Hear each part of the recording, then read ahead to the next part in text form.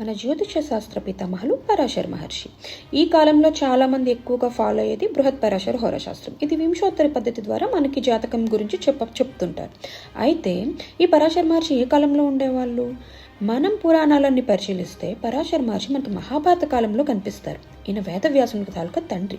అంటే మనం అనుకోవడం జ్యోతిష్యం ముఖ్యంగా మహాభారత కాలం నుంచి జనసంచారంలో ఉంది, బయటకు అందరికీ తెలిసిందని అనుకోవచ్చు. మరి అదే నిజమైతే మరి ఇప్పుడు వస్తున్న చాలామంది జ్యోతిష్యులు మనకి రాముడు తాలూకా జాతక చక్రం గురించి వివరించగలుగుతున్నారు.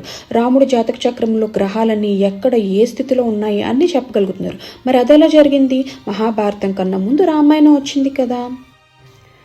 మనం సరిగ్గా మన పురాణాలన్నీ చదవగలిగితే, ముఖ్యంగా మనకి రామాయణాలు రకరకాలు ఉన్నాయి. అందులో ముఖ్యంగా వాల్మీకి రామాయణం కానీ సరిగ్గా చదివితే మాత్రం అందులో వాల్మీకి మహర్షి చాలా క్లియర్గా రాముడు పుట్టిన టైంకి అంతరిక్ష మండలంలో గ్రహాలన్నీ ఏ ఏ స్థితుల్లో ఏ ఏ నక్షత్ర మండలాల్లో ఏ ఏ క్షేత్రాల్లో ఉన్నాయో సరిగ్గా వివరించారు. దాని ఆధారంగానే మన ఋషివర్యులు లేకపోతే మన జ్యోతిష్యులు వాళ్ళందరూ కూడా రాముడి జాతక చక్రాన్ని వివరించగలిగారు. మరైతే ఈ జ్యోతిష్యం అసలు ఎప్పుడు మొదలైంది, ఎక్కడి నుండి వచ్చింది? మన వేదాల దగ్గరికి వెళ్ళి పరిశీలిస్తే మన వేదాలని ముఖ్యంగా ఉపవిద్యలు లేదా రకరకాల భాగాలు చేశారు. అది 6 భాగాలు చేశారని అంటారు, 6 వేదాంగాలు అంటారు, 6 ఉపవిద్యలు అంటారు. ఇందులో ఒక ఉపవిద్య, ఒక వేదాంగం జ్యోతిష్యం. అంటే మన వేదాల్లోనే జ్యోతిష్యం గురించి వివరించబడింది. మనకి వేదాలను అందించింది బ్రహ్మదేవుడు. బ్రహ్మదేవుడే స్వయంగా వేదాలను రచించి మన ఋషులకు అందించారు అంటారు.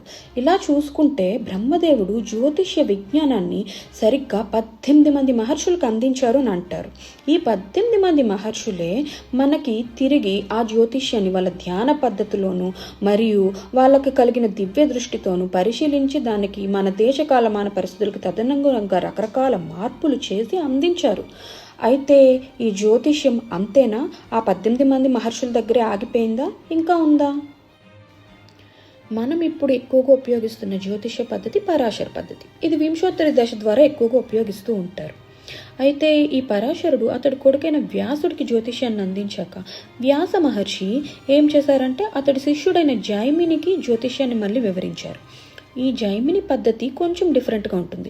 ఇందులో రాశి పద్ధతి ఉపయోగించి జ్యోతిష్యాన్ని ఎక్కువగా చెప్తూ ఉంటారు. భృగునంది నాడి జ్యోతిష్యం అని కూడా ఉంది. అతనే కాదండి, మనం జ్యోతిష్యంలో 9 గ్రహాలు చూస్తాం. అందులో ఒక గ్రహమైన లేదా మన సైంటిఫిక్ భాషలో చెప్పాలంటే ఒక స్టార్ అయిన సూర్యుడికి కూడా ఒక జ్యోతిష శాస్త్రం ఉంది. సూర్యుడు కూడా ఒక జ్యోతిష శాస్త్రాన్ని అందించారు. ఇవేనా? కాదు. మనకి తమిళనాడు సైడ్ ఎక్కువగా నాడి పద్ధతి ఉపయోగిస్తారు. ఇందులో ఏంటంటే మన థంబ్ ప్రింట్ ఉంది కదా, ఈ థంబ్ ప్రింట్, ఈ బొటన వేలు తాలూకా గుర్తు ఆధారంగా తాళపత్ర గ్రంథాల్లో ఆ గుర్తు దేంతో మ్యాచ్ అయిందో చూసి కూడా మనకి జ్యోతిష్యం చెప్తూ ఉంటారు.